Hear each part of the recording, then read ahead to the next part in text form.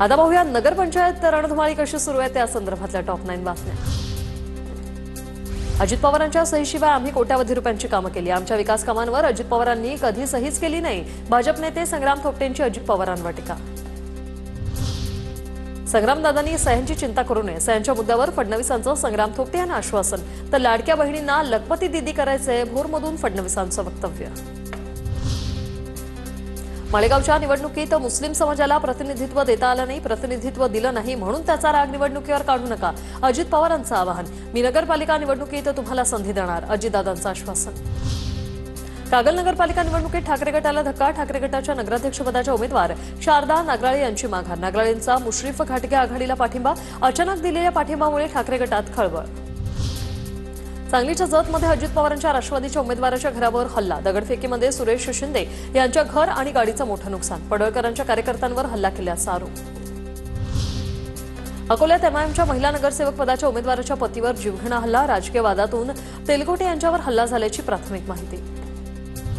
हिंगोलीच्या शेतकरी भवन परिसरात 1 कोटींची रोकड जप्त, हिंगोलीतील निवडणूक भरारी पथकाकडे रोकड सुपूर्द, 1 कोटीची रोकड प्रोड्युसर कंपनीच्या व्यापाऱ्यांची असल्याची माहिती। बुलढाण्याच्या मतदान एक दिवसीय आधीच मतदान यंत्र उघडल्याचा आरोप, मॅकपोल आधीच कर्मचाऱ्यांनी मतदान यंत्र उघडल्याचा आरोप। खामगाव शहरातील मतदान केंद्र क्रमांक 15 वर गोंधळ, मतदान यंत्र उघडल्यानंतर उमेदवारानं जाब विचारला। धाराशिवच्या परंड्यात प्रचाराच्या अंतिम टप्प्यात अंधश्रद्धेचा खेळ, जनशक्ती आघाडीच्या उमेदवारासह नेत्यांच्या फोटोला सुया टोचल्याचा प्रकार, ठाकरेंच्या शिवसेनेकडून चौकशीची मागणी। आता पाहूया मुंबई आणि पुण्यातल्या टॉप 9 बातम्या।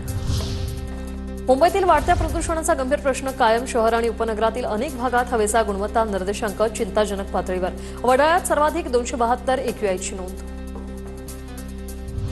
मुंबईच्या तापमानात घट, मुंबईत 13 वर्षातील नोव्हेंबरमधील सर्वात थंड सकाळ झाली, तर राज्यात सर्वात कमी तापमानाची नोंद जेऊरमध्ये झाली। अवघ्या 24 तासात किमान तापमानात 6 अंशांनी घट झाली आहे।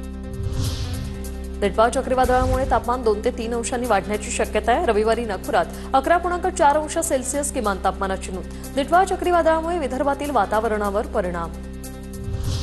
गेल्या 4 दिवसांपासून पुणे विमानतळावर विमान वाहतूक सेवेला उशीर, धुक्यामुळे 40 विमानांचं उड्डाण लेट। कोलकाता, जयपूरच्या दिल्ली, बंगळुरू या शहरातून येणाऱ्या विमानांना 2 तास लेट। पुणे महापालिकेच्या कर्मचाऱ्यांना आजपासून बायोमेट्रिक हजेरी लावावी लागणार, आयाराम गयाराम यांना चाप बसणार। मध्यंतरी अनेक कर्मचारी कार्यालयात हजेरी लावत नसल्याचं समोर आलं होतं।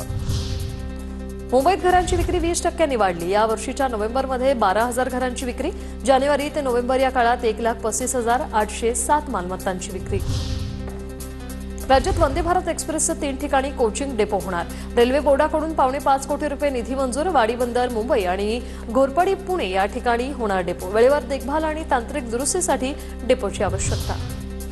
मध्य रेल्वेनंतर लवकरच 20 प्लॅटफॉर्म वाढणार, अतिरिक्त प्लॅटफॉर्ममुळे कोकणासाठी अतिरिक्त मेल एक्सप्रेस चालवणं शक्य होणार। येत्या काळात महामुंबईतल्या रेल्वेचा प्रवास अधिक सोयीस्कर होणार। 5 आणि 6 डिसेंबरला विशेष 12 लोकल चालवल्या जाणार। डॉक्टर बाबासाहेब आंबेडकरांच्या महापरिनिर्वाण दिनानिमित्त मध्य रेल्वेची विशेष तयारी, 6 मध्य रेल्वेवर तर 6 हार्बर रेल्वेवर लोकल चालवणार। मध्य रेल्वेचे जनसंपर्क अधिकारी स्वप्नील लीला यांची माहिती।